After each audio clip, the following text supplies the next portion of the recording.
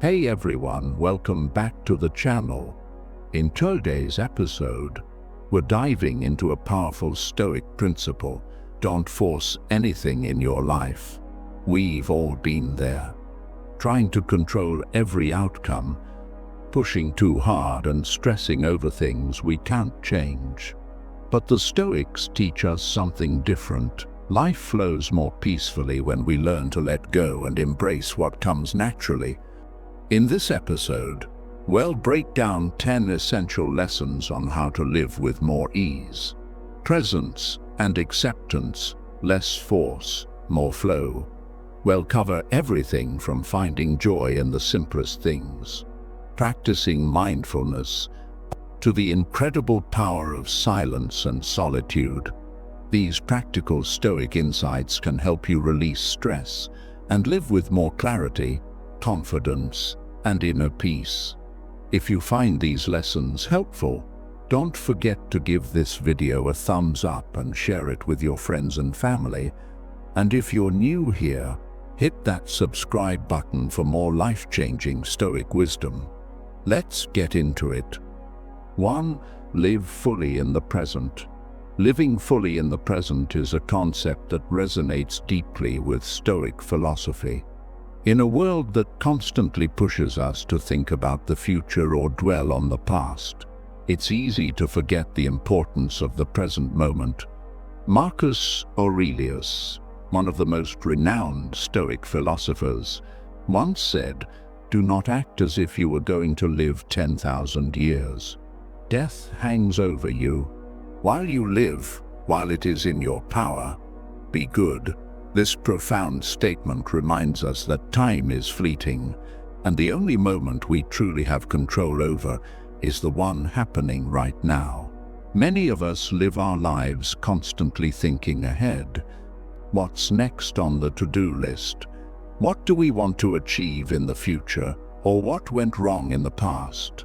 We often miss out on the richness of the present moment because our minds are elsewhere. But living fully in the present isn't just about mindfulness. It's about embracing life as it happens, appreciating the small moments, and letting go of the constant need to plan, control, or fix everything. Think about the last time you were completely present. Maybe it was while enjoying a quiet morning with your coffee, or during a peaceful walk in nature. In these moments, when your mind is fully focused on the here and now, you experience a sense of calm and contentment that's hard to find when you're worrying about future outcomes or past mistakes. Stoicism teaches that this peace is always available to us if we make the conscious effort to focus on the present. In practical terms, living fully in the present means learning to appreciate the small joys of daily life. Imagine sitting by a window, feeling the warmth of the sun on your face, or hearing the laughter of loved ones. These are moments that might seem insignificant, but are actually where true happiness lies. When we focus on the present, we reduce stress and anxiety because we are not worrying about things outside of our control.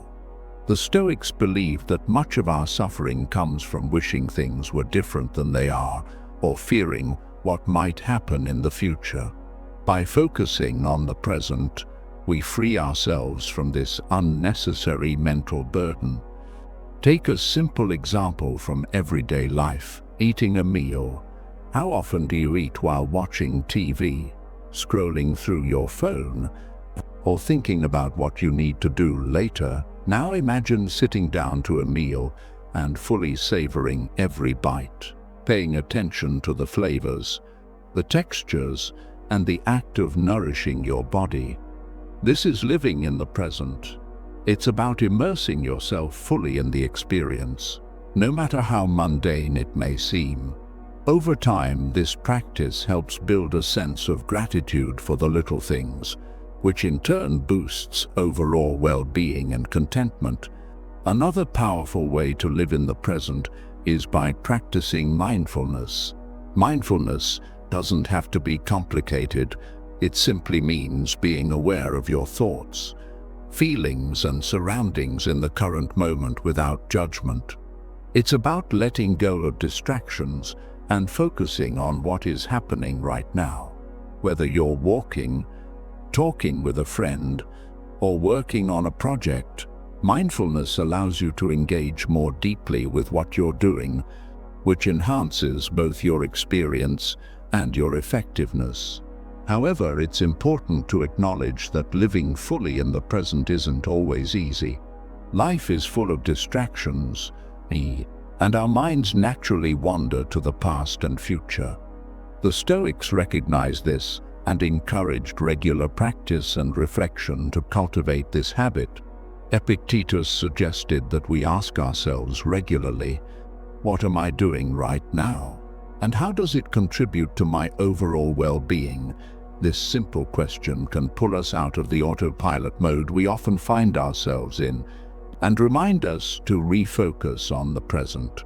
A practical way to start incorporating this into your life is by setting aside time each day for a mindfulness practice.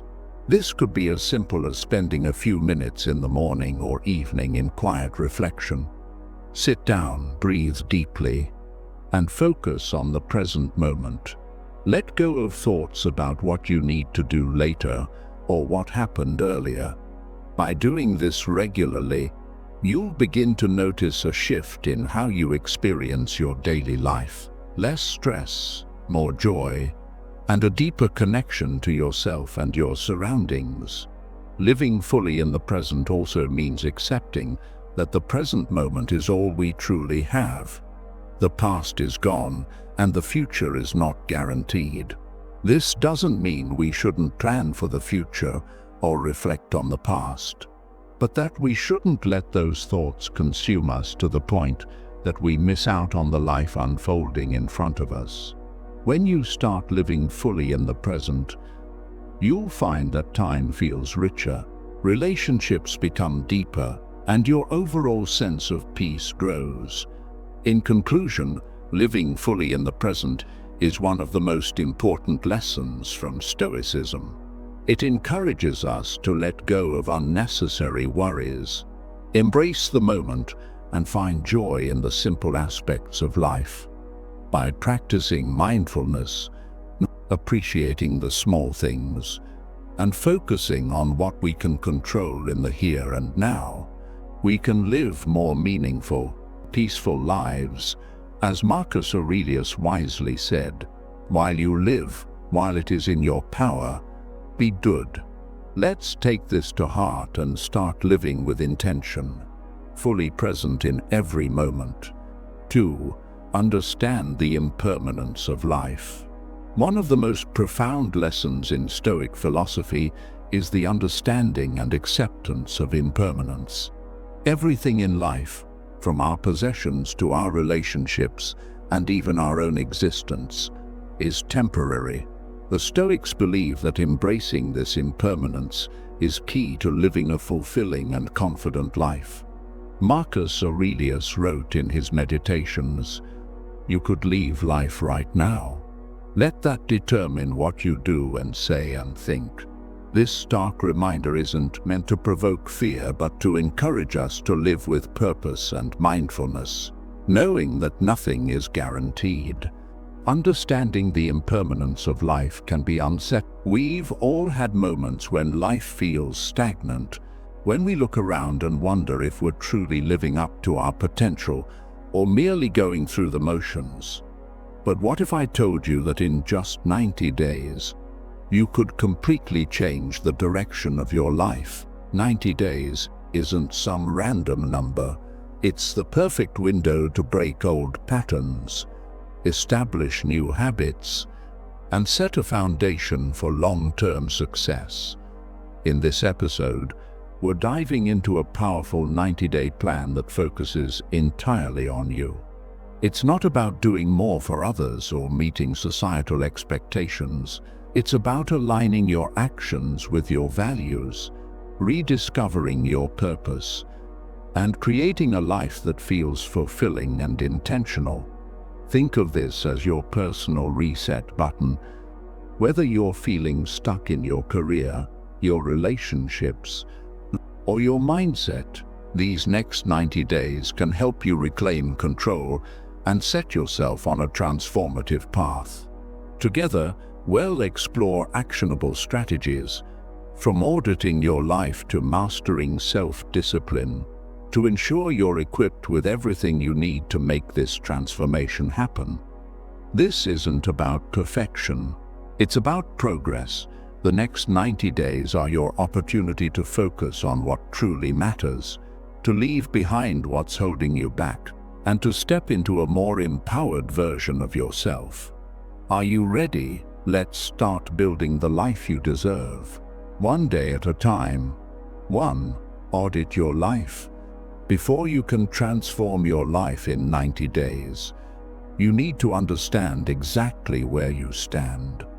Think of this as taking inventory.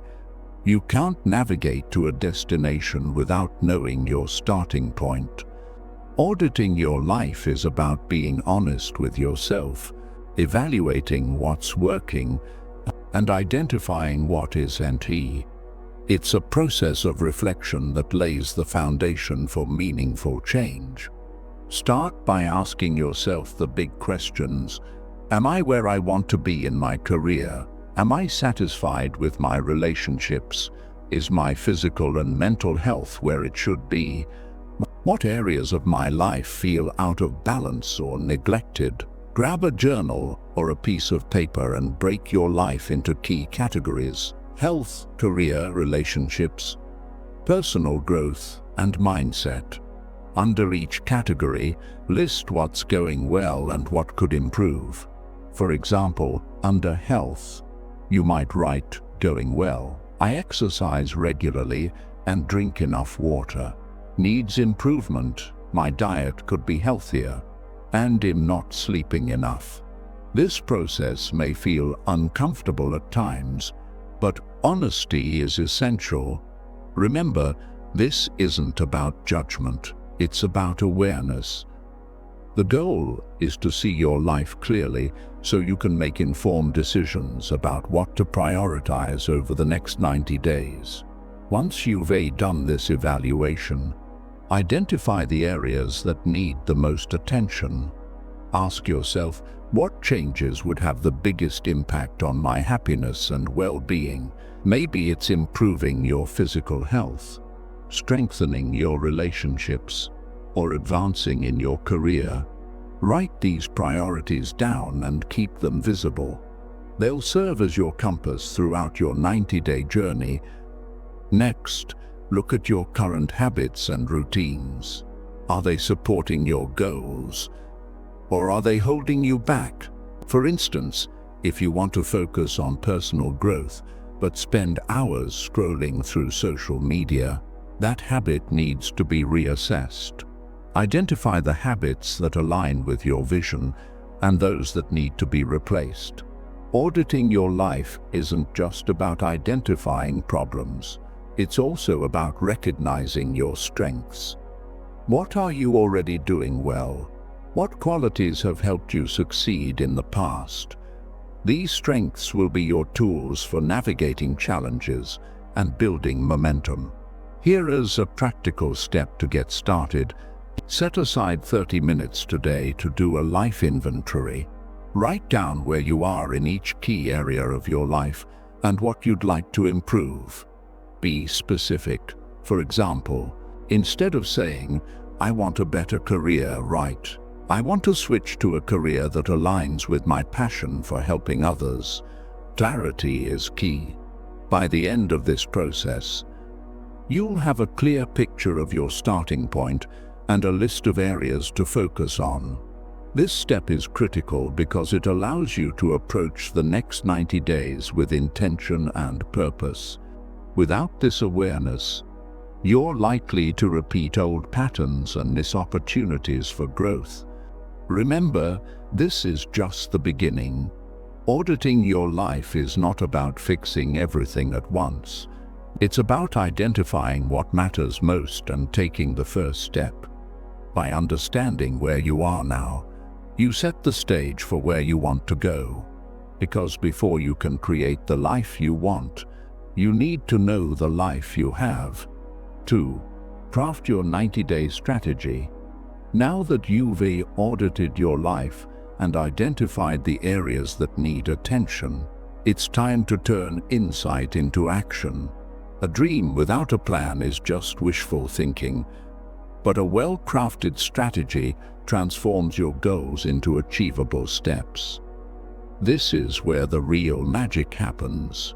Crafting your 90-day strategy is about taking control of your journey and creating a clear roadmap to guide you toward meaningful transformation. Start by focusing on your top priorities, the areas that, if improved, would have the biggest impact on your life. Maybe it's building better relationships, advancing in your career, or improving your physical health. Choose no more than 3 main goals to focus on during these 90 days. Why 3? Because too many goals dilute your focus and spread your energy too thin. Once you've identified your goals, break them down into smaller, actionable steps. For example, goal: improve physical health. Action steps: exercise 3 times a week, drink 8 glasses of water daily, and prepare healthy meals at home. Goal: advance in your career. Action steps: update your resume, take an online course to develop a skill, and network with industry professionals. Breaking your goals into manageable tasks makes them less overwhelming and gives you a clear sense of direction. Each small step builds momentum, helping you move steadily toward your larger vision. Next, create a timeline. Map out what you'll accomplish each week for the next 90 days. This helps you stay organized and track your progress. For example, Week 1, join a gym and complete 2 workouts. Week 2, increase workouts to 3 per week and meal prep for the week ahead. Week 3, focus on consistency and track energy levels. By assigning specific tasks to each week, you make your goals feel achievable and create a system of accountability. It's also important to anticipate potential challenges. Life happens. Unexpected events, setbacks, or moments of self-doubt are inevitable. Prepare for these by asking yourself, what might get in the way of my progress, and how can I overcome it? For example, if you know you struggle with time management, plan your days in advance and set reminders for key tasks. Here is a practical tip. Write down your 90-day goals and action steps somewhere visible. A notebook, your phone, or even a vision board. Seeing your plan daily keeps you focused and motivated. Consider tracking your progress with a checklist or calendar to celebrate small wins along the way. Each checked box or completed task reinforces your commitment and reminds you that you're making progress. Accountability is another powerful tool.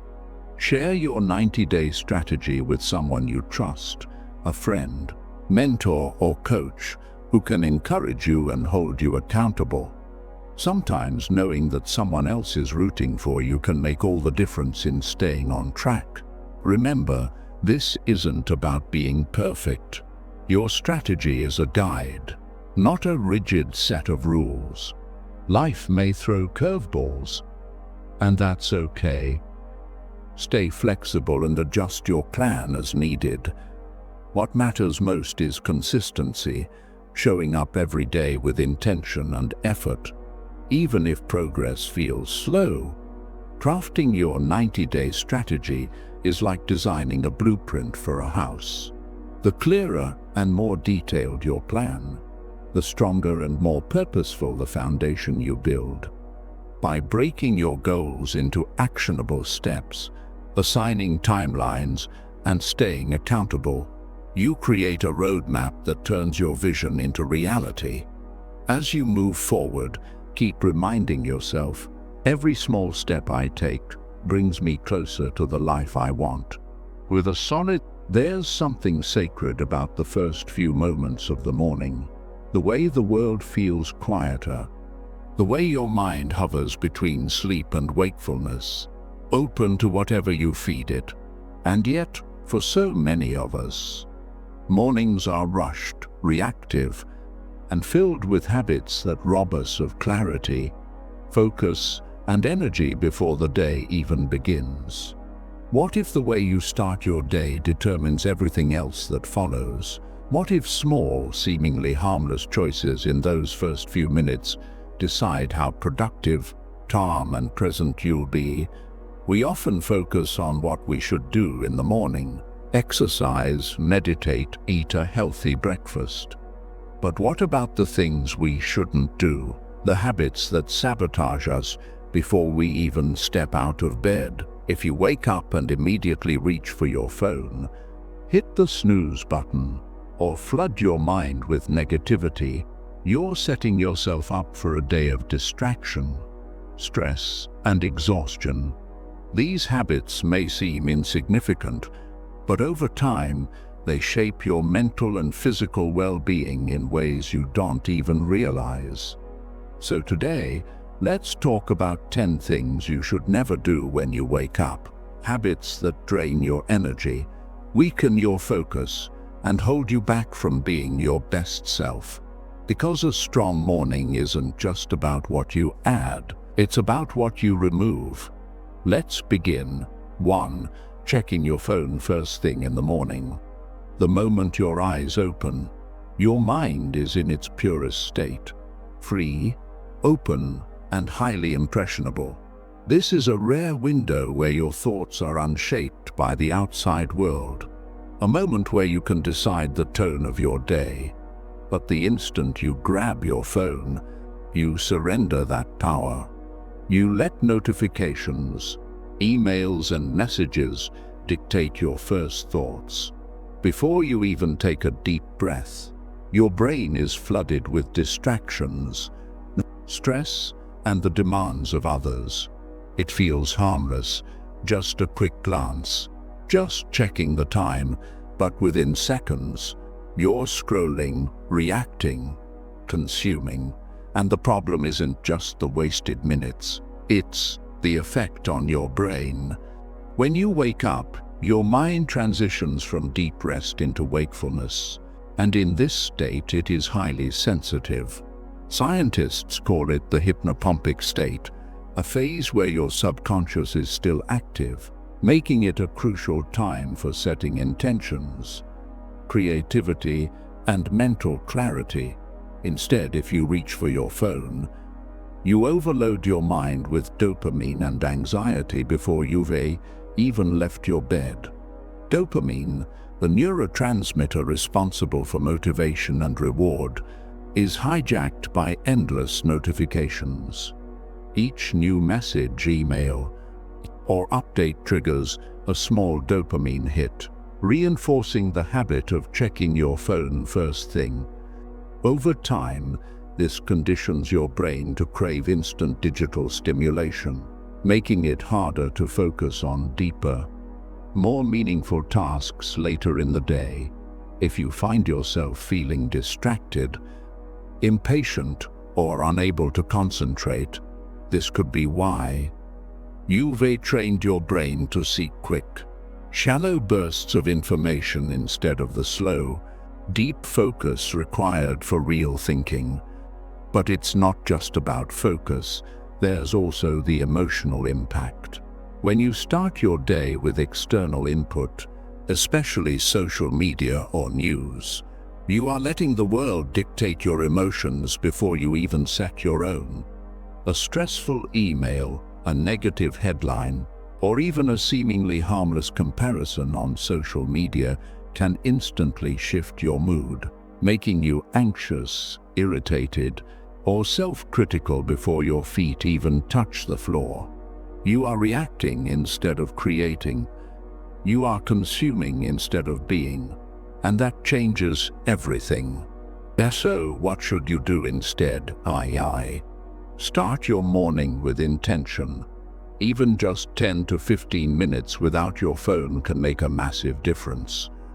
Take a deep breath, stretch, sit in silence, journal your thoughts. Let your mind wake up before you bombard it with the outside world. If you absolutely need to check something, keep it brief and purposeful. The key is to own your mornings before letting the world in. Because here is the truth. The way you start your day is your day. If you begin it with stress and distraction, that's the energy you'll carry forward. But if you start it with clarity, presence, and control, you set yourself up for a day that is not dictated by notifications, but by you. It's a small habit, but it changes everything. D2. Hitting the snooze button. It feels so harmless. Just 5 more minutes. You tell yourself it won't make a difference, that you just need a little more rest. But then 5 minutes turn into 10, then 15, and suddenly you're in a cycle of waking and falling back asleep, never feeling fully rested. It's a small habit, but one that can have a surprisingly big impact on your energy levels, mental clarity, and overall productivity throughout the day. The problem with snoozing isn't just about losing a few extra minutes. It's about how it disrupts your sleep cycle. When you hit snooze, your body starts to drift back into sleep, entering a new sleep cycle that it won't have time to complete. So when your alarm jolts you awake again, you're caught mid-cycle, disoriented, groggy, and even more tired than if you had just woken up the first time. This effect is called sleep inertia, and research shows it can last anywhere from 15 minutes to a full hour, impairing your ability to focus, think clearly, and start your day with energy. Your brain thrives on rhythm and consistency. When you snooze, you're sending mixed signals.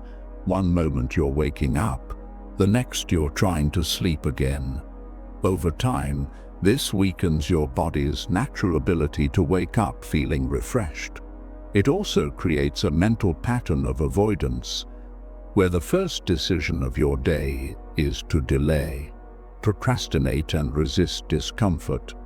And how you start your day matters, because that initial decision sets the tone for everything else that follows. But let's be honest, breaking the snooze habit isn't easy. Waking up is hard, especially if you're not getting enough quality sleep. The key is understanding why you're snoozing in the first place. If you constantly feel like you need those extra minutes, it's a sign that your body isn't fully rested. Maybe you're going to bed too late. Maybe your sleep quality is poor. Or maybe your body isn't getting the signals it needs to wake up naturally. Instead of relying on the snooze button, focus on improving your sleep habits. One of the best things you can do is set a consistent wake-up time. Even on weekends, your body operates on a circadian rhythm, an internal clock that regulates your sleep-wake cycle. When you wake up at the same time every day, your body starts to expect it, making mornings feel less like a battle and more like a natural transition.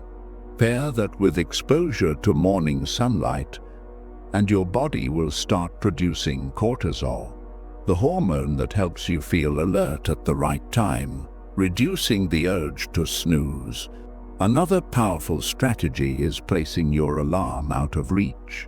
If your phone or alarm clock is next to your bed, it's too easy to reach over and snooze without even thinking. But if you have to physically get up to turn it off, you're already moving, already breaking the cycle. And once you're up, the hardest part is over. But perhaps the most important shift is reframing how you see those first moments of waking up. Instead of seeing them as a time of struggle, what if you saw them as an opportunity to start fresh, to take control, to embrace the discomfort and move forward anyway. Because waking up isn't just about leaving sleep, it's about choosing to show up for your life. And the way you handle those first few seconds says everything about how you'll handle the rest of your day. So tomorrow morning when your alarm goes off, resist the urge to snooze. Get up, stretch, breathe, and remind yourself you have a day to live. And it starts now. We 3, staying in bed too long. It's tempting to linger in bed after waking up, to stretch, scroll through your phone, or just lie there staring at the ceiling. It feels like a slow, easy transition into the day. But the longer you stay in bed after waking up, the harder it becomes to shake off grogginess and fully engage with the world. It's a small habit, but one that can set the wrong tone. Have you ever paused, even for a moment, and wondered what truly makes life meaningful? What separates those who live with quiet confidence, peace, and clarity from those who constantly feel overwhelmed, stressed, or stuck in endless cycles of dissatisfaction? Imagine waking up each morning, not with a sense of dread or anxiety, but with genuine excitement for the day ahead. It might sound idealistic, maybe even unrealistic, but is it really, or have we just lost touch with a few simple yet profound principles that our ancestors once understood deeply, thousands of years ago? Philosophers like Marcus Aurelius, Seneca, and Epictetus faced lives filled with uncertainty, hardship, and constant challenges.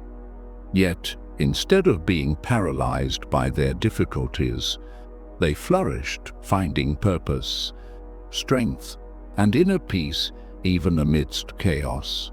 How did they do it? What was their secret? Today, we're going to explore something timeless: 12 simple, practical Stoic habits that have the power to significantly improve your life.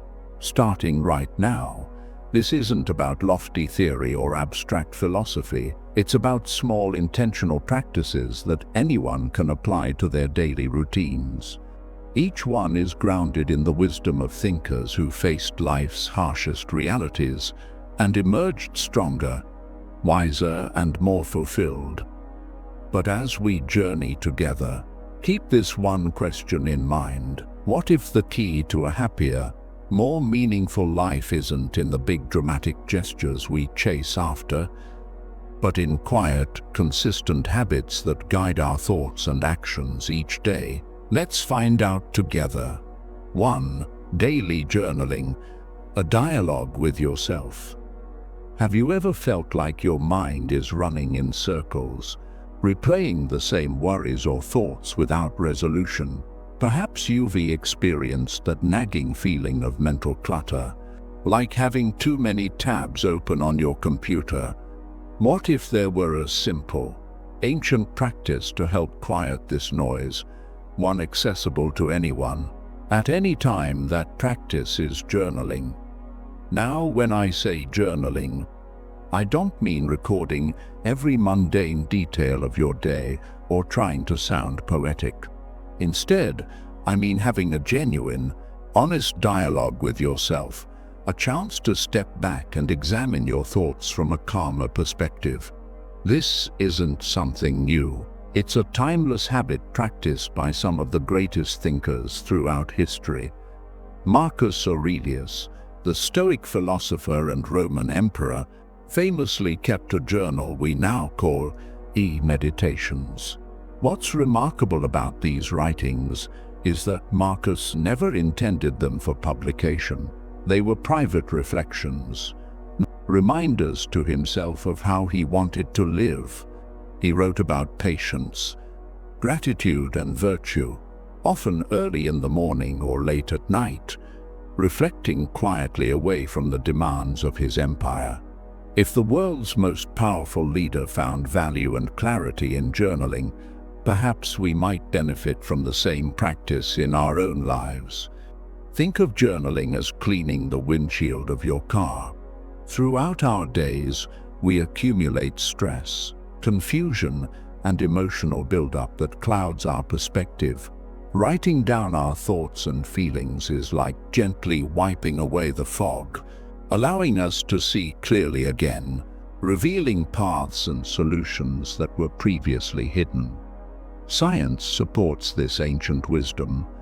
Studies show that expressive writing, the simple act of writing down our thoughts without judgment, significantly reduces stress and anxiety, improves mood, and even boosts immune function.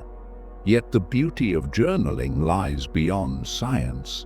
It's a powerful tool for self-awareness, emotional clarity, and intentional living. Journaling doesn't require hours of your day. It can be a simple 5-minute habit each morning or evening. Ask yourself, how am I really feeling today? What am I worried about? What am I grateful for? The key is honesty and consistency. You don't need elegant language or profound insights, just authenticity. Imagine yourself several months down the line, flipping back through your journal entries.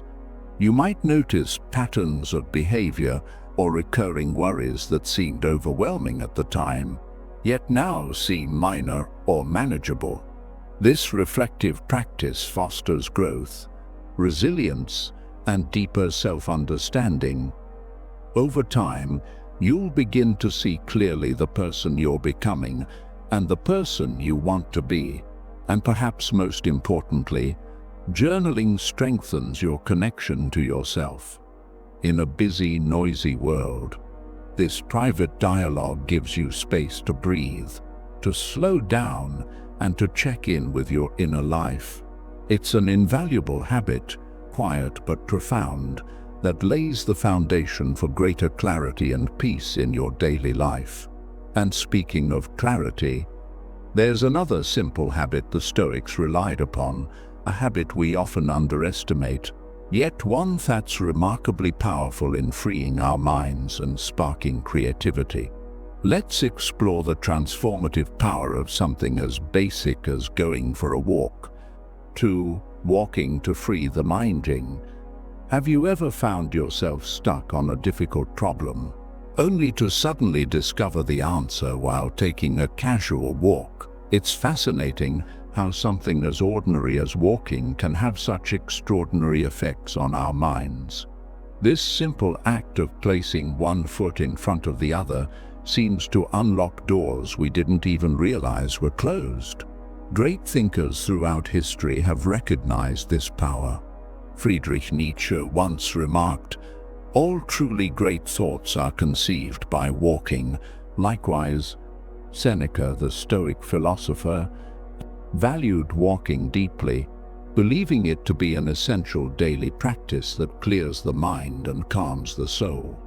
But why does walking work so effectively? One reason is that it gently distracts us from fixating on problems. When we're stuck at a desk, our minds can feel trapped and constricted, but once we step away and start walking, we allow thoughts to flow naturally. The repetitive rhythmic motion creates a kind of internal space, a quiet environment where our subconscious can freely connect ideas. There's science behind this ancient wisdom as well. Research shows that walking not only reduces stress and anxiety, but it also significantly enhances creativity and problem-solving skills.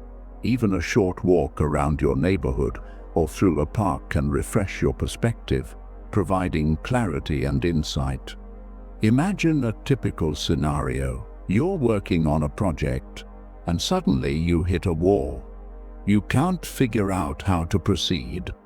Instead of forcing yourself to push harder, you decide to take a brief walk outside. As your steps gently carry you forward, your breathing slows down, your muscles relax, and your mind starts wandering. Without even realizing it, you've given yourself permission to see things differently.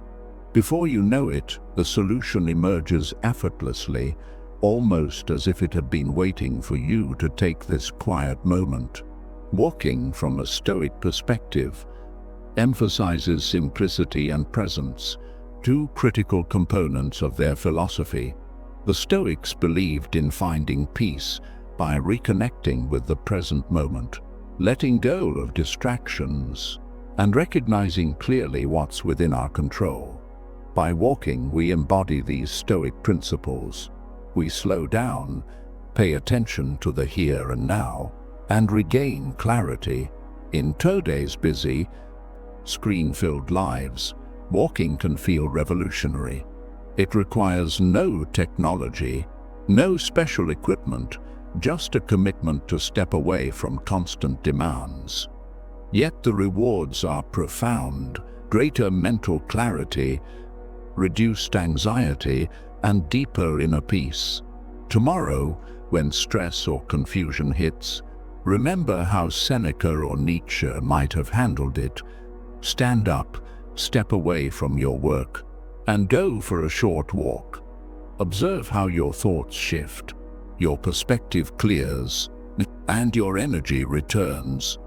And speaking of gentle daily habits, there's another Stoic practice that emphasizes the power of small, consistent actions over time. Why is it that lasting success often comes not from dramatic efforts, but from quiet, steady progress each day? Let's explore that idea next. 3. Find small daily progress. The Stoic secret to mastering. Welcome back, seekers of wisdom. Today we're about to unlock a secret that could revolutionize your journey toward achieving your dreams.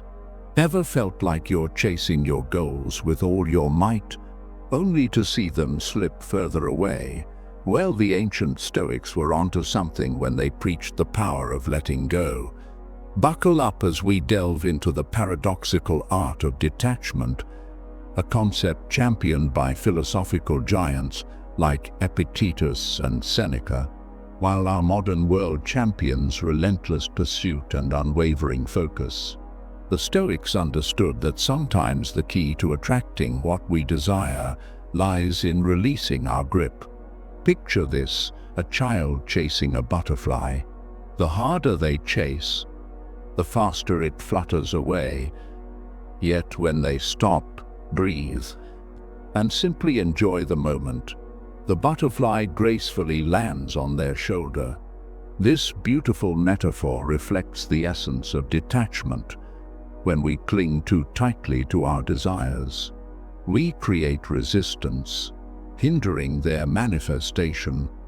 But don't get me wrong, detachment isn't about giving up on your dreams. It's about transforming your approach from one of forceful pursuit to one of trust, allowing the universe to work its magic. It's about understanding that true power lies not in control, but in alignment with the natural flow of life. Get ready to expand your horizons and challenge conventional wisdom. We'll uncover the Stoic secrets to effortlessly attracting abundance, happiness, and success. If you enjoyed the video, don't forget to hit the like button and share this wisdom with your friends. Also, subscribe to our channel for more insightful explorations of philosophy, self-improvement, and the art of living harmoniously. If you'd like to support us, we'd be thrilled if you leave a comment with "Keep it up" below. Lesson 1. Do your best and detach. The Stoic art of effortless manifestation. Alright folks, let's dive into a Stoic concept that's all about finding that sweet spot between action and acceptance. Do your best and detach. This isn't about being passive or giving up. It's about striving for excellence while letting go of the need to control the outcome. Think of it as a graceful dance between effort and surrender, the Stoic balancing act, effort versus attachment. The Stoics weren't about sitting around and waiting for fate to happen. They believed in taking action, in striving for their goals with all their might. But they also understood the importance of detachment, letting go of the need to control the outcome. Epictetus, the Stoic philosopher who knew a thing or two about overcoming adversity, said, "We have 2 ears and 1 mouth so that we can listen twice as much as we speak." This applies to our actions as well. We should listen to the wisdom of the universe, to the signs and synchronicities that guide us, rather than trying to force our will upon the world. Real-world detachment, from job interviews to creative projects. Imagine you're applying for your dream job. You've polished your resume, aced the interview, and now you're waiting to hear back. It's easy to get caught up in the anticipation, to obsess over every detail, and worry about whether you'll get the offer. But this kind of attachment can create unnecessary stress and anxiety. Instead, take a Stoic approach. Do your best in the interview. Send a thank you note, and then let it go. Trust that the right opportunity will come your way. Whether it's this job or another one, the same principle applies to creative projects, relationships, and any other area of life where we tend to get attached to outcomes. Put your heart and soul into your work, but don't cling to the results. Let the universe do its thing. The power of surrender, opening up to infinite possibilities. When we detach from outcomes, we open ourselves up to a world of infinite possibilities. We become more receptive to unexpected opportunities, serendipitous encounters, and creative solutions. We stop forcing things to happen and allow them to unfold naturally. Michael Singer, a modern-day spiritual teacher and author, says, "The moment you stop trying to control everything, you can finally appreciate everything. By surrendering to the flow of life, we tap into a deeper sense of peace, joy, and contentment." Building your detachment muscle. Tips for letting go. So, how do you actually practice detachment? Here are a few tips. Focus on the process instead of obsessing over the end goal. Focus on the steps you're taking to get there. Enjoy the journey, not just the destination. Practice acceptance. Accept that you can't control everything. Some things are simply beyond your power. Trust the universe. Have faith that things will work out in the best possible way, even if it's not the way you initially envisioned. Cultivate gratitude. Appreciate the present moment and all the blessings in your life. This helps shift your focus away from lack and towards abundance. Surrender to the flow. Let go of your need to control and allow life to unfold naturally. Trust that you're being guided towards your highest good. Remember, detachment doesn't mean being passive or apathetic. It means taking action with intention while also recognizing that the universe has its own wisdom and timing. By doing your best and detaching from outcomes, you can create a life that's both fulfilling and effortless. So go forth and embrace the Stoic art of effortless manifestation. Let go of the need to control. Trust in the flow of life, and watch as your desires unfold in the most magical and unexpected ways. Lesson 2. Attract what you want. The Stoic law of attraction. All right, my fellow manifestors, let's dive into a concept that's both ancient wisdom and modern science. Attracting what you want by feeling like you already have it. This isn't about wishful thinking or pretending. It's about aligning your energy with your desires and becoming a magnet for the experiences you want to create. The Stoic connection, aligning with nature. While the law of attraction isn't explicitly Stoic, it aligns with their core principle of living in accordance with nature. The Stoics believed that the universe is rational and orderly, and that by aligning our thoughts and actions with this natural order, we can achieve harmony and fulfillment. In the context of attraction, this means recognizing that our thoughts and emotions are not just internal experiences. They are energetic vibrations that interact with the world around us. By cultivating positive emotions and aligning our energy with our desires, we can attract those experiences into our lives. Real-world attraction, from dream jobs to soulmate connections. Think of it like this: if you want to attract your dream job, don't just focus on the external steps, like updating your resume or networking. Instead, embody the feeling of already having that job. Imagine the excitement, the satisfaction, the sense of purpose you would feel. Let those emotions radiate from you, and watch as opportunities start to appear. The same goes for relationships. If you want to attract a loving partner, don't just focus on dating apps or social events. Instead, cultivate the feeling of being loved and cherished. Imagine the warmth, the intimacy, the deep connection you crave. Let those emotions fill your heart, and watch as the right person enters your life. The science and philosophy behind it, more than just positive thinking. This isn't just about positive thinking. It's backed by both science and philosophy. Quantum physics suggests that everything in the universe is made up of energy vibrating at different frequencies. Our thoughts and emotions also have frequencies, and when we focus on positive emotions, we raise our vibration and attract experiences that match that frequency. The Stoics believed that the universe operates according to a rational order, and that by aligning our actions and desires with this natural flow, we can achieve harmony and fulfillment. In the context of attraction, this means recognizing that our desires are not separate from us, but rather an integral part of the universal flow of energy.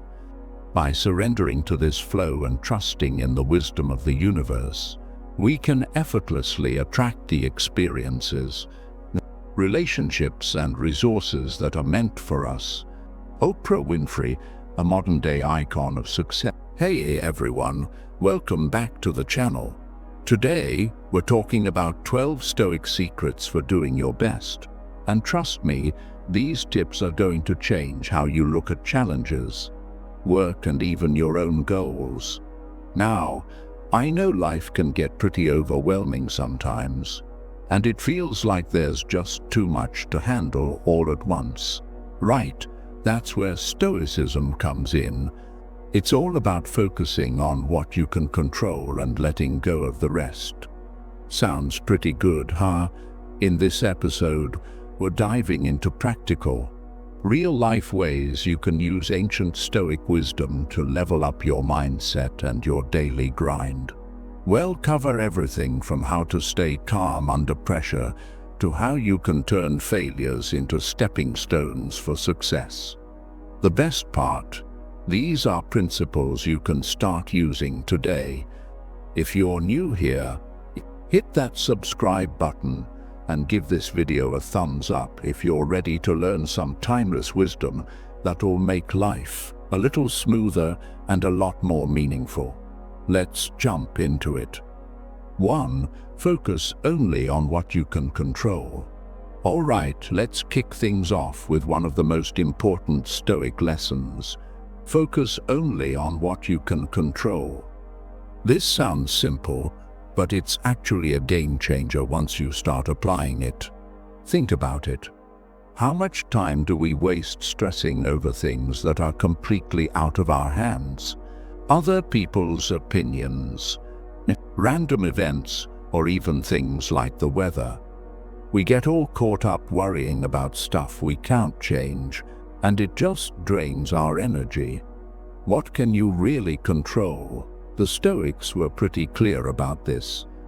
There are only three things you can truly control: your thoughts, your actions, and your attitude. Everything else, that's out of your hands. You can't control if someone likes you, if you get that promotion, or if things go exactly as planned. But you can control how you show up, how hard you work, and how you respond when things don't go your way. Take a situation where you're working on a big project at your job.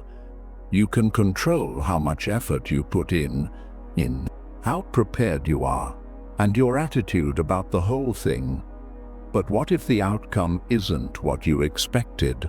Maybe your boss didn't like it, or external factors affected the project's success. The Stoics would say, "Hey, you did your part. The rest wasn't up to you." That's the key. When you focus on what you can control, you free yourself from all that unnecessary stress about the outcome. The Stoic approach: internal versus external. Epictetus, one of the big names in Stoic philosophy, said it best: some things are in our control and others are not. Once you really get this, it changes how you deal with challenges. The more time and energy you spend on things you can't control, the more stressed out and frustrated you get. But if you focus on what's actually within your power, your thoughts, actions, and how you handle situations, you'll feel more in control and less weighed down by things you can't fix. In Stoicism, they break life down into two categories: internals, things you can control, and externals, things you can't. The trick is to invest your energy in the internal stuff and let the external stuff go. Sounds easy, but it takes practice. Life example: dealing with criticism. Let's say you get some harsh feedback from your boss or a colleague. Your first reaction might be to get defensive or feel like you've messed up. But here's the Stoic way to look at it: you can't control someone else's opinion or how they express it. What you can control is how you respond. Do you get upset and let it ruin your day? Or do you take a step back, evaluate the feedback, and decide whether it's useful or just noise? By focusing on what you can control, your reaction, you stay calm and clear-headed no matter how tough the criticism is. How to focus on what you can control. Here are a few ways you can start shifting your focus to the things you actually have power over. 1. Make a control list. Next time you're feeling overwhelmed, grab a pen and paper and jot down what's in your control and what isn't. This will help you figure out where to direct your energy. 2. Practice acceptance. If something is out of your control, like a traffic jam or a last-minute change in plans, practice accepting it without resistance. Fighting reality only makes things hard. 3. Reframe challenges. Instead of seeing every problem as a disaster, ask yourself, what can I do about this right now? This small shift helps you feel more empowered and less stressed. Real-life example: dealing with uncertainty. Let's talk about something we've all been through: times of uncertainty. Whether it's a job market downturn, early issue piece, a pandemic, or personal struggles, life can throw some major curveballs. You can't control those big events, but you can control how you react. Take the pandemic, for example. So many things were out of our hands: lockdowns, job changes, health concerns. But people who stayed focused on what they could control, like taking care of their mental health, building new skills, or finding ways to stay connected with loved ones, ended up feeling more grounded and less overwhelmed, letting go of perfectionism. A lot of us fall into the trap of perfectionism, where we feel like we have to control every little detail and get everything just right. But perfectionism is exhausting, and it's usually focused on things we can't really control, like how others perceive our work or how flawless the outcome is. The Stoics would tell you to aim for progress, not perfection. Do your best and be okay with the fact that some things won't go exactly as planned. It's freeing once you let go of the idea that everything has to be perfect. For example, if you're preparing for a presentation, focus on what you can control: your preparation, your delivery, and your confidence. Once you've done that, let go of worrying about how others will react. You did your best, and that's enough. Why focusing on what you can control helps you thrive? When you start focusing on what's actually within your control, here is what happens. 1. Less stress. You stop wasting time and energy worrying about things you can't change, which leads to a more focused mindset. 2. More productivity. By putting your energy into things you can actually influence, you'll get more done and feel more accomplished. 3. Greater resilience. Life will always have challenges, but when you focus on your response instead of the problem, you become stronger and better equipped to handle setbacks. 4. Conclusion. Focusing on what you can control. CAP freedom. At the end of the day, the Stoics remind us that our true power lies in controlling ourselves, our thoughts, our actions, and our attitudes. Everything else, that's up to the universe, and stressing about it won't change a thing. So, next time you find yourself getting stressed or overwhelmed, ask yourself, is this something I can control? If the answer is no, let it go. And if the answer is yes, then focus on what you can do right now to move forward. This mindset shift will help you feel more in control of your life, less stressed, and more at peace with whatever comes your way. 2. Do your best in everything, but let go of the outcome.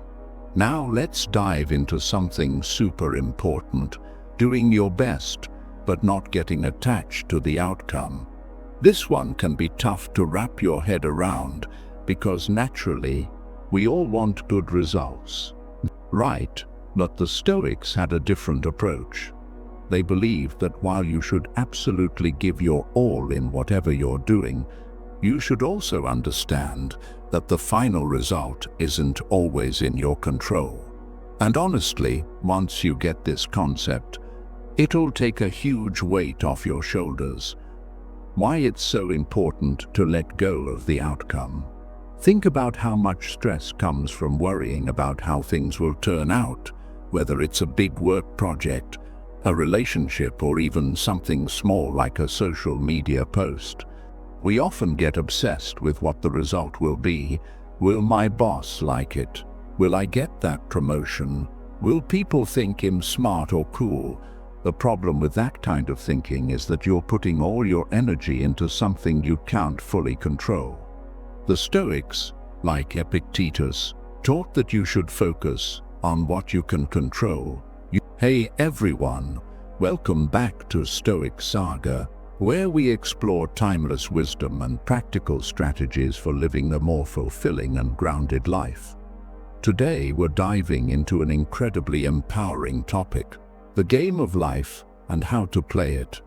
This concept, drawn from classic philosophy and spiritual teachings, provides a roadmap for navigating life's ups and downs with confidence, clarity, and purpose. Think of life as a game, not just any game, but one where the rules are simple yet profound. The way you approach the challenges, opportunities, and even setbacks in your life can determine your overall success and happiness. In today's episode, we'll break down 9 key principles that will help you master this game. From understanding the power of your word to cultivating discipline, love, and intuition. These lessons will show you how to navigate life with wisdom and strength.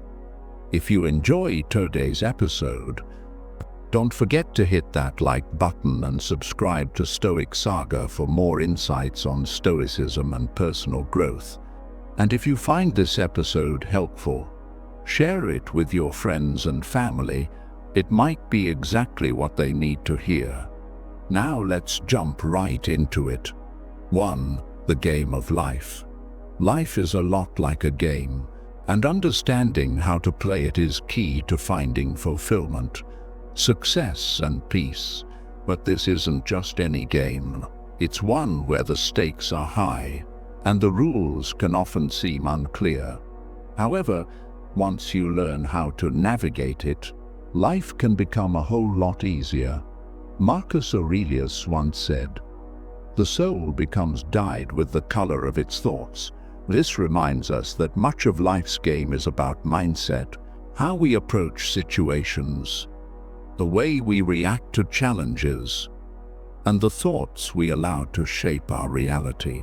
In this game, your mindset is your greatest tool. Think of it this way: life isn't about avoiding difficulties. It's about knowing how to respond to them when they come. Every challenge you face is a level in the game, and every decision you make is a move. If you approach these challenges with wisdom, patience, and a sense of calm, you'll advance in the game. But if you let fear or frustration take over, you'll find yourself stuck. Epictetus taught that we cannot control events, but we can control how we react to them. That's rule number 1 in this game of life. Focus on your reactions, not the events themselves. Let's think of a real-world example. Imagine you're at work, and a big project suddenly falls apart due to circumstances beyond your control. Many people might panic or point fingers, but in the game of life, you win by taking a step back, reassessing the situation, and calmly deciding the best course of action. Marcus Aurelius would remind you to look within. Within is the fountain of good, and it will forever bubble up if you will forever dig.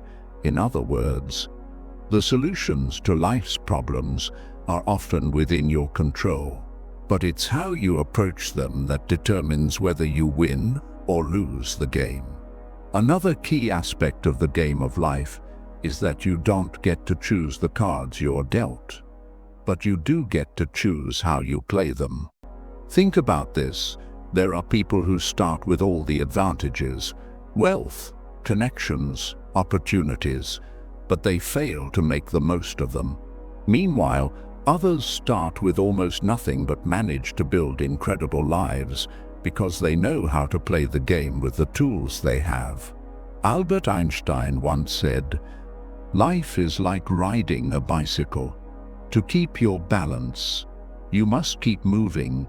In other words, success isn't about having the best hand, it's about how you move forward with what you've got. This game also requires flexibility. Life throws curveballs, and just like in any game, the rules can change midway. One moment, everything is smooth, and the next, chaos strikes. The Stoics emphasize the importance of being adaptable, and Seneca advised us to throw me to the wolves, and I will return leading the pack. That's the kind of resilience you need in this game. No matter what happens, you adapt, you grow, and you keep playing. When life changes, don't resist it. Learn the new rules and find a way to win. One of the most interesting parts of the game is that it's not a competition against others, but against yourself. It's about becoming the best version of yourself, regardless of where you start or the obstacles you face. Buddha taught that the mind is everything. What you think you become, your inner thoughts, beliefs, and attitudes are what shape your experience of life. So, in the game of life, One of the most important things to do is cultivate a mindset of growth, gratitude, and resilience. Finally, remember that the game of life isn't about winning in the traditional sense. It's about learning, growing, and making progress every single day. There's no final destination, no end game where everything is perfect. The process is the reward. The more you learn to enjoy the journey, the more fulfilled you'll be. Confucius wisely said, "It does not matter how slowly you go as long as you do not stop."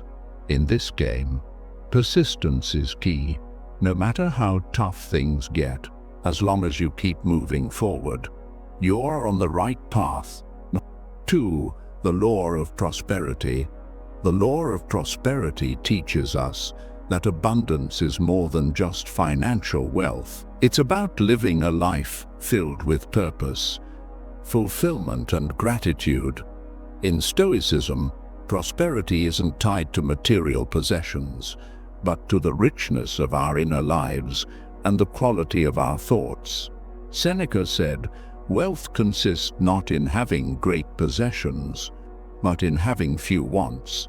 This reminds us that real prosperity comes from a mindset of contentment and knowing how to manage what we already have, rather than constantly chasing more. A key aspect of the law of prosperity is understanding that our thoughts shape our reality. If you constantly focus on what's missing from your life, whether it's money, success, or relationships, you'll feel like you're living in a state of lack. But if you shift your focus to what you already have and cultivate gratitude for it, you'll open yourself up to even more abundance. This doesn't mean ignoring your ambitions or giving up on financial growth, but it means recognizing that the foundation of prosperity begins within. Imagine someone who spends their life obsessing over wealth, always thinking that more money will bring happiness.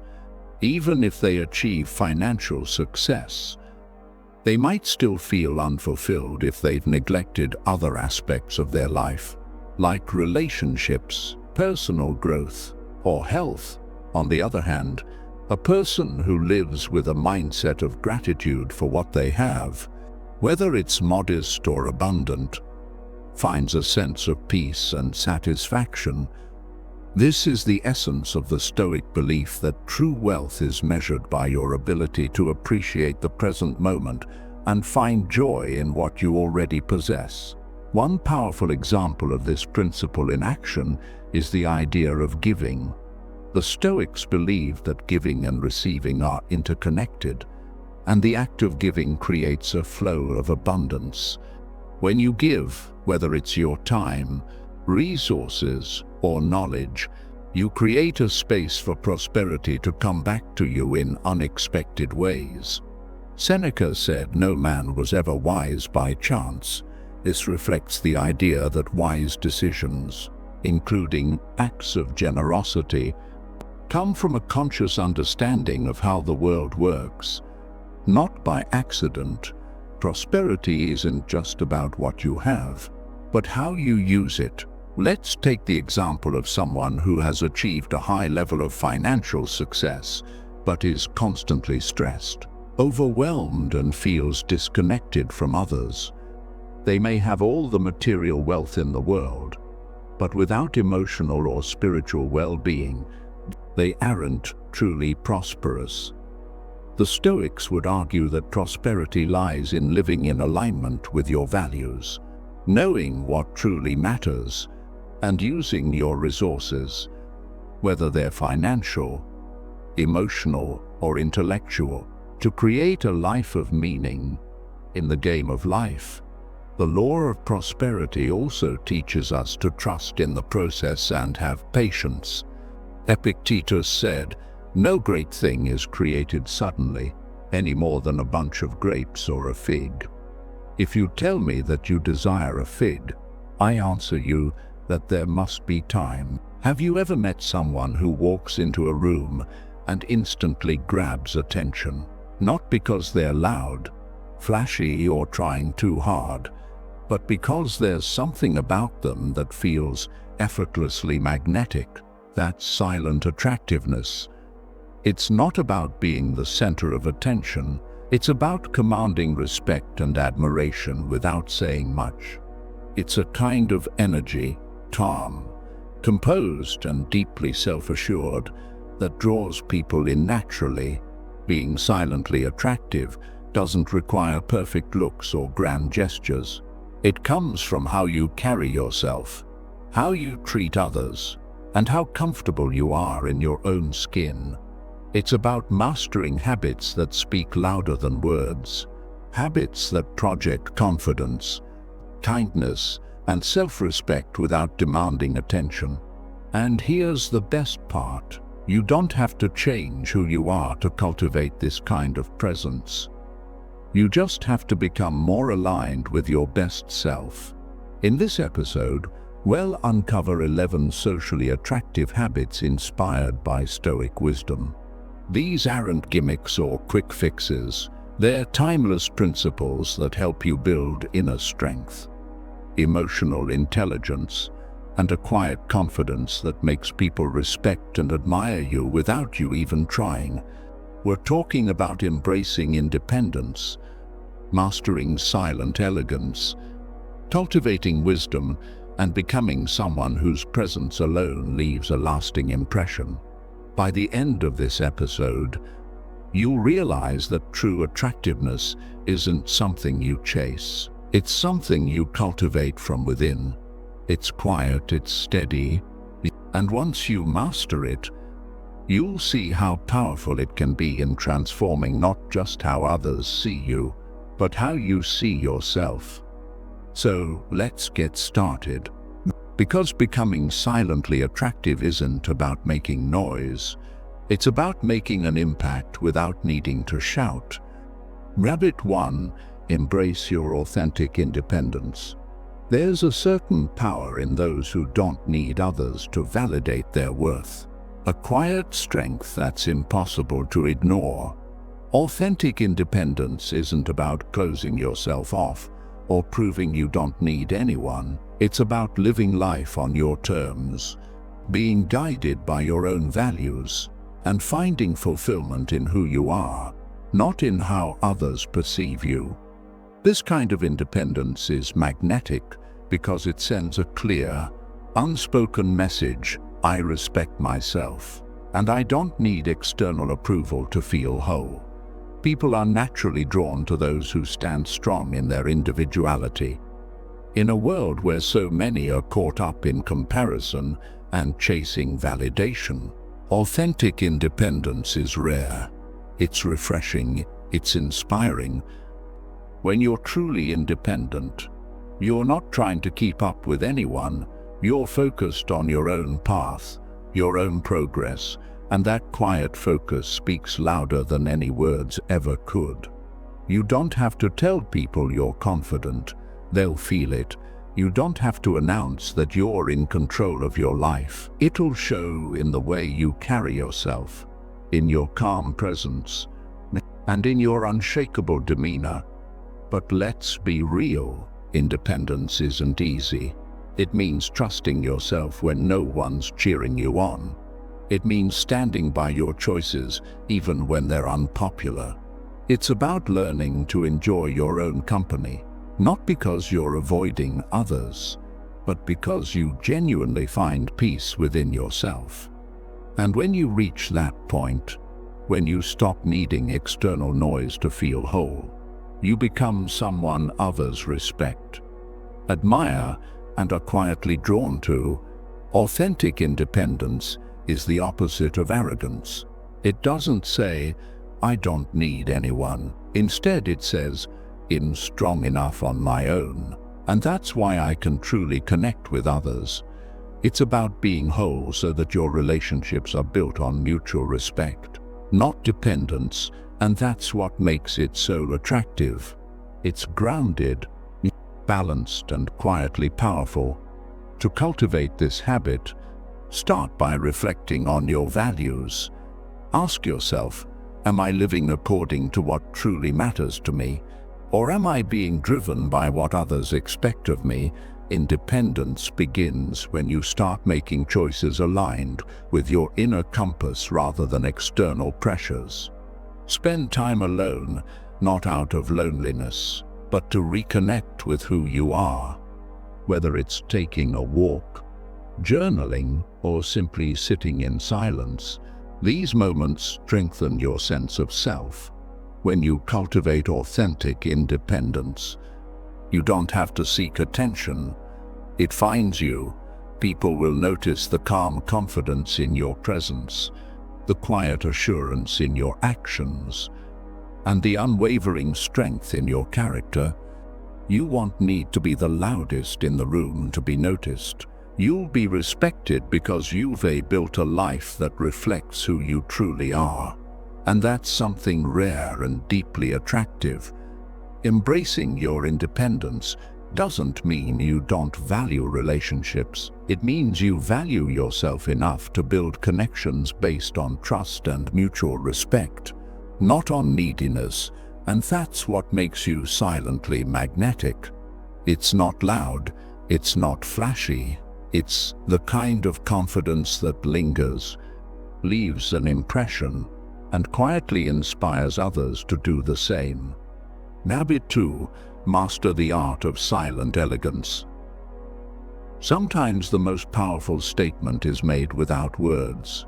Silent elegance is the ability to carry yourself with grace, poise, and quiet confidence in every situation.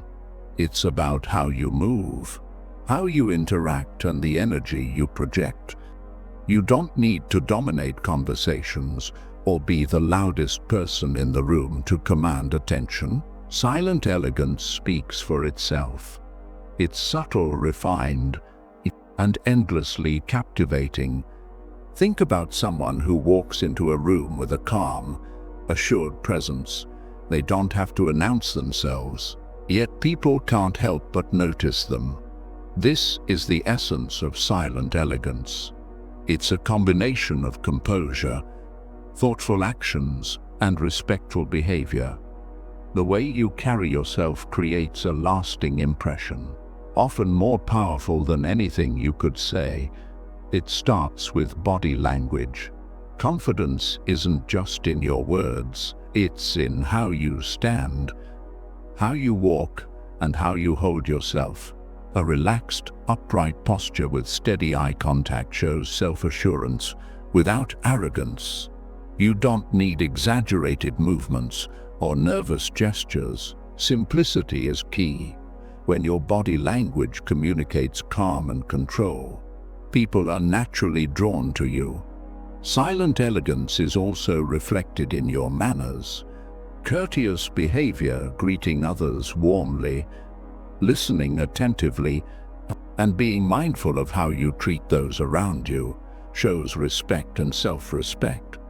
It's not about being overly formal or distant. It's about bringing a quiet grace to your interactions.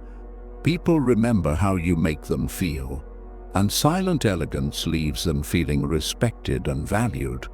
Beyond body language and manners, silent elegance is about restraint. Ever feel like you're constantly battling life, trying to force things to go your way? What if I told you there's a more effortless path to success? Today we're diving deep into the Stoic art of letting go, trusting the universe's timing, and unlocking true abundance. Get ready to ditch the struggle and step into the flow. If you find value in this video, don't forget to subscribe to our channel. Give us a thumbs up, and keep it up in the comments below. Let's get started. Lesson 1. Understanding the universe's guidance. Tapping into the cosmic flow. The universe, my friends, is not some distant, cold entity. It's a vibrant, dynamic force that's constantly interacting with us, guiding us, nudging us towards our true path. The Stoics called this the Logos, the underlying reason and order of the universe. It's like a cosmic GPS, always recalculating, always leading you towards your destination. Now you might be thinking, how do I tap into this cosmic guidance? How do I hear the whispers of the universe amidst the noise of everyday life? Well, the first step is simple. Believe that the universe is wise, that it has your back, and that it's constantly sending you signals. It's like having a personal cheerleader in the cosmos, rooting for your success. Pay attention to synchronicities. Ever had one of those days where everything just seems to fall into place? You run into an old friend who offers you a job lead, or you stumble upon a book that perfectly answers a question you've been pondering. These aren't just coincidences. My friends, these are synchronicities. My dear today. Meaningful coincidences that are the universe's way of saying, hey, you're on the right track. Trust your gut, that little voice inside you, that intuition. That's the universe speaking directly to you. It's your inner compass, guiding you towards your true north. When you feel that pull, that nudge, don't ignore it. Follow it. It's the universe leading you to where you're meant to be. Let's bring this into the 21st century. Imagine you're scrolling through social media and you see a post about a workshop that perfectly aligns with your interests. Or maybe you're feeling stuck in your career, and then, out of the blue, you receive an email about a new opportunity. These are the universe's whispers. Its way of guiding you towards your goals. But here's the kicker: understanding the universe's guidance isn't about control. It's about surrender. It's about letting go of the need to micromanage every aspect of your life and trusting that the universe has a bigger plan for you. It's like being in a canoe on a river. You can paddle furiously, trying to control every twist and turn, or you can relax, trust the current, and enjoy the ride. So how do you surrender? Embrace uncertainty. The universe loves to surprise us. Let go of the need to know all the answers and be open to the unexpected. Practice mindfulness. Be present in the moment. Pay attention to your thoughts and feelings, and notice the subtle signs the universe is sending you. Take action. The universe can only guide you if you're willing to move. So follow those nudges. Take that leap of faith, and watch as the universe unfolds its magic. Remember, my friends, you're not alone on this journey. The universe is your ally, your guide, your biggest supporter. So open your heart, trust the process, and let the universe lead you towards unimaginable success. Lesson 2: Embracing stillness in daily life. Finding your oasis in the chaos. In our fast-paced, hyper-connected world, stillness can feel like a rare commodity. We're constantly bombarded with notifications, deadlines, and to-do lists. It's like we're on a never-ending treadmill, always rushing, always striving, always doing. But amidst all this chaos, there's a hidden power in stillness. It's in those quiet moments that we can truly connect with ourselves, with the universe, and with our true purpose. The ancient Stoics understood this well. They believed that true wisdom and happiness come from living in accordance with nature, and that includes embracing the natural rhythms of the universe. It's about finding a balance between action and stillness, between doing and being. Now, you might be thinking, how can I possibly find stillness in my crazy, hectic life? Trust me, it's easier than you might think. It's not about escaping to a remote mountaintop or meditating for hours on end. It's about finding small pockets of peace throughout your day, even in the midst of the busiest schedule. Here are a few ideas to get you started. Morning ritual.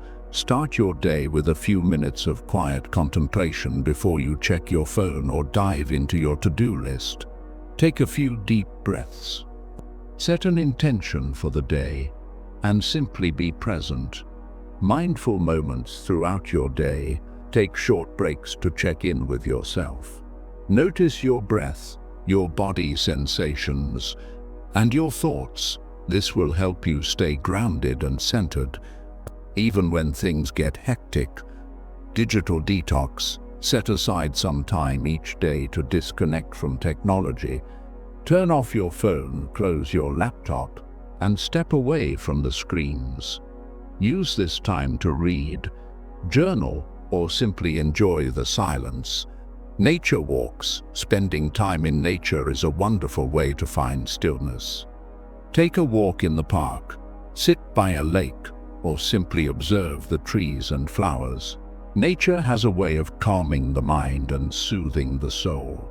Let's bring this into your everyday life. Imagine you're stuck in traffic. Instead of getting frustrated, take a few deep breaths and focus on the present moment. Or maybe you're waiting in a long line at the grocery store. Use that time to practice mindfulness, observing your surroundings and the people around you without judgment. Remember, stillness is not about being unproductive. It's about creating space for clarity, creativity, and intuition. It's in those quiet moments that the universe can whisper its guidance, and you can tap into your own inner wisdom. So embrace stillness, my friends. Find your oasis in the chaos. Make it a priority in your life and watch as it transforms your relationship with yourself, with the universe, and with success itself. Remember, the universe is not in a hurry. It operates on its own divine timing. So slow down, breathe, and trust the process. When you're in alignment with the universe, success will flow to you effortlessly. If you liked this video or found it useful, don't forget to hit the like button. Share it with your family and friends. Every day we encounter a sea of faces, each one carrying a story that could fill volumes. Yet, despite our close quarters, true understanding of those around us often remains just out of reach.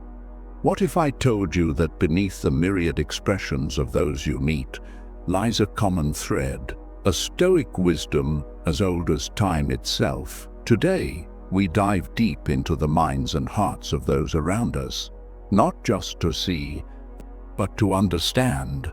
We are exploring the 10 essential truths about people. Truths that Stoicism teaches us are not weaknesses, but profound strengths. These insights offer not just knowledge, but the power to transform how we interact, how we meet challenges, and how we forge connections. Join me and let's unravel the mysteries of human nature together, discovering how the ancient philosophy of Stoicism still lights our path in the modern world. If you appreciate the unique insights we're sharing here and want to support the channel, a simple free favor I'll ask from you is to hit the subscribe button. Also, don't skip any part of this video. Consider yourself an exception from the majority, ready to embrace a perspective that could genuinely reshape your understanding of life. Number 1, everyone shaped by their experiences. Every one of us is like a book, each chapter written by the experiences we've endured and witnessed. It's fascinating when you think about it, how every interaction, every moment of our lives layers upon the last to shape who we are today. Stoicism teaches us that it's not these experiences themselves that define us, but our reaction to them. This ancient philosophy encourages us to see life as a forge for our character, where each challenge, each joy, and setback molds us more firmly. Take, for instance, someone who has faced great adversity. They might approach the world with a mix of caution and resilience, not because they are naturally distrustful or strong, but because their experiences have taught them both the fragility and robustness of human nature. On the other hand, someone raised in a more sheltered environment might navigate the world with a sense of bold optimism. Each perspective isn't just a personal trait, but a reflection of the journey they've walked. Understanding this can be transformative in how we interact with others. When someone reacts in a way that puzzles us, maybe they're overly cautious or perhaps unusually aggressive, it's helpful to consider the unseen forces shaping that behavior. Just as the Stoics suggest, by focusing on the present and controlling our reactions rather than being led by them, we can foster more meaningful interactions. We begin to respond not just to the surface emotions of others, but to the deeper currents that drive them. This approach doesn't just enrich our understanding of others, it enhances our empathy, allowing us to navigate complex social landscapes with grace and wisdom. It encourages a kind of emotional intelligence that is deeply rooted in both Stoic philosophy and modern psychological thought, a blend of ancient wisdom and contemporary insight that empowers us to lead more fulfilling lives. If you appreciate the unique insights we're sharing here and want to support the channel, a simple free favor I'll ask from you is to hit the subscribe button. Also, don't skip any part of this video. Consider yourself an exception from the majority, ready to embrace a perspective that could genuinely reshape your understanding of life. Number 2, diverse communication styles. Communication, much like the ebb and flow of a river, varies greatly from person to person. Some individuals are like the rushing waters, direct and forceful in their expression, while others resemble a gentle stream, subtle and nuanced in their approach. This diversity in communication styles can be a rich tapestry that enhances our interactions, but it can also be a source of confusion and misunderstanding if not navigated wisely. Stoicism teaches us the value of understanding and adapting to the varied styles. The Stoics believe that the key to effective interaction lies in our ability to listen and respond appropriately, not just in the words we choose to use. For example, someone who communicates directly values transparency and may perceive indirectness as evasive or insincere. Conversely, those who prefer a more subtle approach might find direct communication brash or overwhelming. By recognizing these differences, we can tailor our approach to better align with the person we are speaking to. This is not just about altering our style to mimic theirs, but about creating a bridge of understanding that allows for clearer, more effective exchanges. It's about acknowledging that behind every communication style is a set of beliefs, experiences, and cultural backgrounds that shape how a person presents their thoughts and feelings. Embracing this Stoic approach doesn't mean suppressing our natural style. Rather, it encourages us to be more mindful and intentional in our interactions. It teaches us that the goal of communication is not to win an argument or to impress, but to connect and understand. By fostering this understanding, we not only prevent misunderstandings, but also enrich our relationships, making our social interactions smoother and more meaningful. Next time you find yourself puzzled by someone's indirect hints or taken aback by their blunt honesty, remember the wisdom of Stoicism. Consider not just what is being communicated, but how and why the person is communicating in that way. This deeper insight can transform simple conversations into opportunities for connection and growth, reflecting the true art of communication as envisioned by the Stoics. Number 3, varied responses to stress. Stress affects everyone differently. Some of us react to stress like a storm, loud and intense, while others may respond more like a drizzle, withdrawing quietly and introspectively. These varied responses to stress are not just random reactions, but are deeply ingrained in our personalities, experiences, and even our biology. Stoicism offers a profound insight into managing stress. The Stoics remind us that while we cannot always control what happens to us, we can control how we respond. This teaching is crucial when we consider the spectrum of stress responses. For someone who becomes confrontational under stress, the Stoic practice of reflection and restraint can be a guide to temper their reactions. Similarly, for those who withdraw, Stoicism encourages a mindful assessment of their internal state and a proactive approach to addressing their concerns rather than retreating passively. By recognizing these patterns in ourselves and others, we can foster a more supportive environment, especially in stressful situations. This involves not only managing our own responses, but also helping others handle their stress more effectively. Welcome to Stoic Saga channel.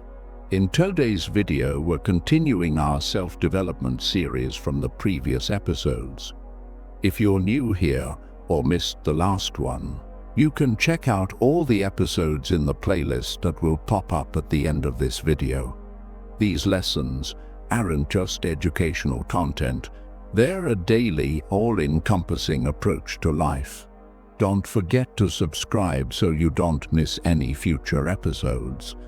If you're digging this series, show some love by liking the video and dropping a keep it up in the comments below.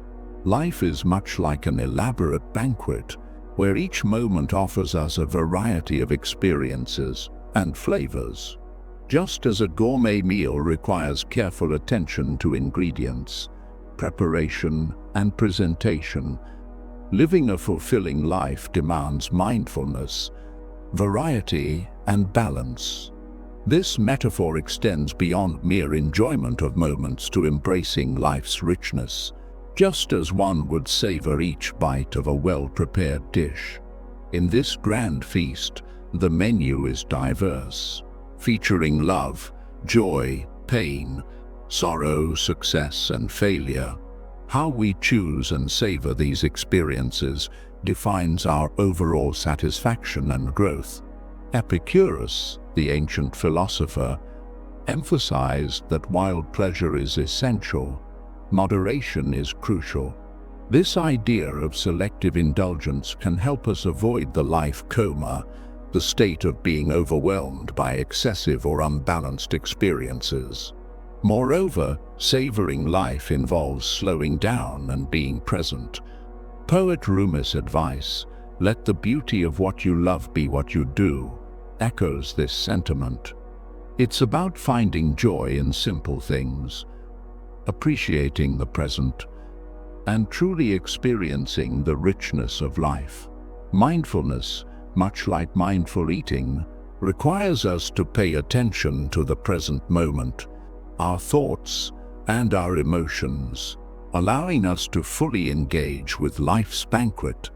Diversity in experiences, akin to variety in a meal, is also vital. Embracing different cultures, trying new activities, and stepping out of our comfort zones enrich our lives. The phrase "variety is the spice of life" aptly captures this notion, reminding us to seek out and appreciate the multitude of experiences available to us. However, moderation remains key. Just as overindulging in food can lead to discomfort, Overindulging in any aspect of life can result in burnout or dissatisfaction. Finding a balance that works for us ensures we enjoy life's offerings without detrimental effects. Additionally, sharing our experiences with others enhances our enjoyment and creates meaningful connections, aligning with Aristotle's view that humans are inherently social beings. Real-world examples illustrate these concepts. The adventurous traveler immerses themselves in local cultures, savoring each unique experience. The passionate artist creates for joy and expression, not merely for fame. The lifelong learner constantly seeks new knowledge, viewing life as a continuous journey of growth. These examples show that by practicing mindful living, embracing variety, and sharing our experiences, we can turn life's banquet into a truly fulfilling feast. Now let's get started. Lesson 1: The Banquet of Life, your philosophical guide to feasting without the food coma. All right, folks, let's talk about life as a banquet. No, we're not talking about an all-you-can-eat buffet or a fancy 5-course meal, although those can be pretty awesome. We're talking about the metaphor of life as a feast, a rich and varied experience filled with flavors, textures, and aromas. The menu of life. Life offers us a vast menu of experiences: love, joy, pain, sorrow, success, failure, and everything in between. It's up to us to choose what we want to sample, how much we want to indulge, and how we want to savor each bite. As the philosopher Epicurus put it, pleasure is the beginning and end of the blessed life. But he also emphasized the importance of moderation and choosing pleasures wisely. The art of savoring. Just like a good meal, life is meant to be savored. It's not about rushing through each course or gorging ourselves on empty calories. It's about slowing down, paying attention to the flavors and textures, and appreciating the experience as a whole. As the poet Rumi said, "Let the beauty of what you love be what you do." In other words, find joy in the simple things, i.e., appreciate the present moment and savor the richness of life. The philosophical foodie. 1. Mindful eating, living. Just like mindful eating, where we pay attention to the taste, texture, and aroma of our food. Mindful living involves paying attention to the present moment, our thoughts, our emotions, and our experiences. 2. Variety is the spice of life. Don't limit yourself to a single flavor or cuisine. Explore different cultures, try new things, and step outside your comfort zone. As the saying goes, variety is the spice of life. 3. Moderation is key. Just like overindulging in food can lead to a food coma, overindulging in any aspect of life can lead to burnout, addiction, or unhappiness. Find a balance that works for you and enjoy everything in moderation. 4. Sharing is caring. A meal is best enjoyed when shared with others. The same goes for life. Connect with loved ones, build meaningful relationships, and contribute to your community. As the philosopher Aristotle put it, man is by nature a social animal. Real-world examples. Let's explore how this concept is applied in daily life. The adventurous traveler. The adventurous traveler doesn't just visit tourist attractions. They immerse themselves in the local culture, try new foods, learn new languages, and connect with people from different backgrounds. The passionate artist.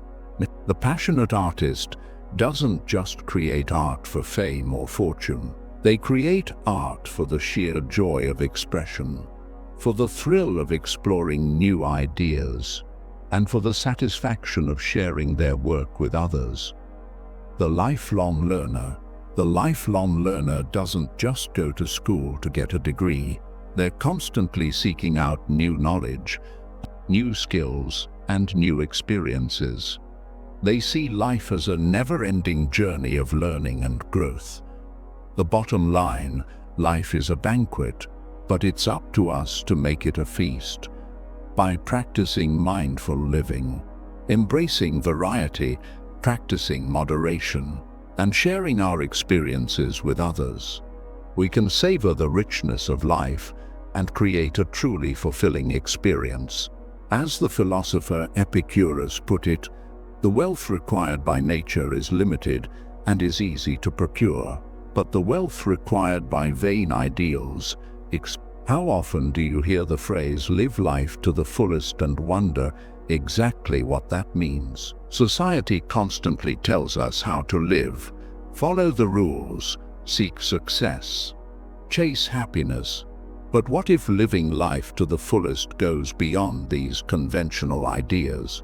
What if the path to truly enjoying your life lies in embracing the raw, unfiltered moments, shedding the illusions, and daring to create your own meaning instead of waiting for it to show up? In today's episode, we're diving into 10 unconventional ways to live a life that feels alive. Not by following the usual advice, but by challenging the norms and embracing the chaos, uncertainty, and depth that life has to offer. Ready to break free from the expectations and truly live? Let's get started. 1. Stop worshipping meaning. Create it instead. How often have you found yourself obsessing over finding the meaning of life? We've all been taught that the purpose of life is something you need to discover, as if it's a hidden treasure just waiting to be unearthed. We search for it in books, religions, relationships, and achievements, believing that once we find it, everything will fall into place. But here's the truth. Meaning isn't something that's given to us. It's something we actively create through our actions, relationships, and mindset. The constant search for meaning often leaves us feeling empty because it places our happiness and purpose outside of ourselves. As something we need to find, we look for signs, signals, or deep moments of clarity to confirm our sense of purpose. But in doing so, we ignore the truth. We have the power to create our own meaning every single day. Life isn't about uncovering some grand universal truth. It's about deciding what your life means to you right now, in this very moment. The Stoics understood this well. They didn't wait for meaning to come to them. They understood that life's purpose is built through the choices we make, the relationships we form, and how we live our values day in and day out. Seneca, for instance, encouraged people to live in alignment with their values and virtues, because that's where true meaning is found, not in external achievements or societal validation, but in how we show up and live authentically. So how can you start creating meaning in your life today? Instead of asking, "What is the meaning of life?" ask yourself, "What meaning can I create today?" Focus on the actions and decisions that bring you closer to your values. Start small in your interactions, in the work you do, in the way you spend your time. Meaning is not something to search for, it's something to build. You can start by infusing purpose into even the smallest of moments. Choose to help others, express gratitude, challenge yourself, and embrace growth. By doing so, You create a life rich with meaning. No waiting required. Imagine today, instead of searching for meaning in all the wrong places, you decided to create your own. Every action you take, every choice you make, is a building block of meaning. The more you focus on actively creating your purpose, the more fulfilled and alive you'll feel, because you are the one giving life its true meaning. 2. Live as if you were already dead. Have you ever considered what it would be like to live as though you were already dead? At first, this may sound morbid or unsettling, but bear with me. The samurai practiced a powerful principle called dying before you die. This practice involves mentally accepting death every day, reflecting on the fleeting nature of life, and truly internalizing the fact that we are all inevitably mortal. Why would anyone choose to meditate on death? Because when you accept the reality of your own mortality, something powerful happens. Fear begins to lose its grip on you, and you start living with greater clarity, focus, and purpose. Most people live in constant fear of death, avoiding thinking about it or acting as though it will never come. This fear can keep us stuck in the status quo, afraid to take risks, afraid to be vulnerable, and often afraid to truly live. But the samurai understood something profound. When you realize that each moment could be your last, you stop wasting time. You stop letting fear hold you back. You start living every day as if it were your last. And in doing so, you begin to appreciate life in its rawest, most authentic form. When you accept death, you also accept the urgency of life. This isn't about being obsessed with an end, but about realizing that the time we have is precious, and it should be used wisely. The Stoic philosopher Marcus Aurelius wrote often about the importance of reflecting on death and the impermanence of life. He wasn't morbid or pessimistic. He understood that contemplating death made every moment feel more significant. It reminded him that life is fleeting and that we shouldn't waste time on trivial matters, grudges, or distractions. Think about how different your life would be if you approached every moment with this awareness that nothing is guaranteed and the present moment is all you really have. Imagine the courage you'd have to pursue your passions, confront your fears, and make the most of every opportunity. This doesn't mean living recklessly or being consumed by the thought of death, but rather embracing the idea that because our time is limited, we should focus on what truly matters. When you live as if you were already dead, nothing holds you back. You free yourself from the fear of failure, judgment, and regret. So how can you start living as if you were already dead today? Begin by reflecting on your mortality regularly. Ask yourself, if I knew I had limited time, how would I spend it? What would I prioritize? What would I let go of? Challenge yourself to act with more urgency and purpose. Stop waiting for the perfect moment and start taking action now. Realize that every decision, every relationship, and every experience is a precious opportunity.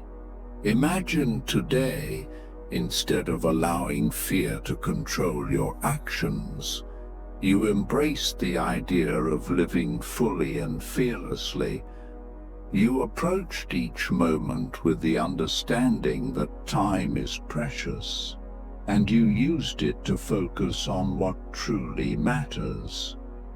Whether it's pursuing your dreams, loving the people around you, or simply experiencing life as it comes. 3. Stop trying to escape. Immerse yourself in the chaos. How often do you find yourself escaping from life's challenges, whether it's through distractions, entertainment, or just retreating into your comfort zone? Whether it's binge-watching TV shows, endlessly scrolling through social media, or indulging in habits that numb your mind. Most people are in a constant state of escape. We run from the discomfort, the chaos, the uncertainty of life, believing that if we just distract ourselves enough, we'll be able to avoid the pain. But what if I told you that the true path to growth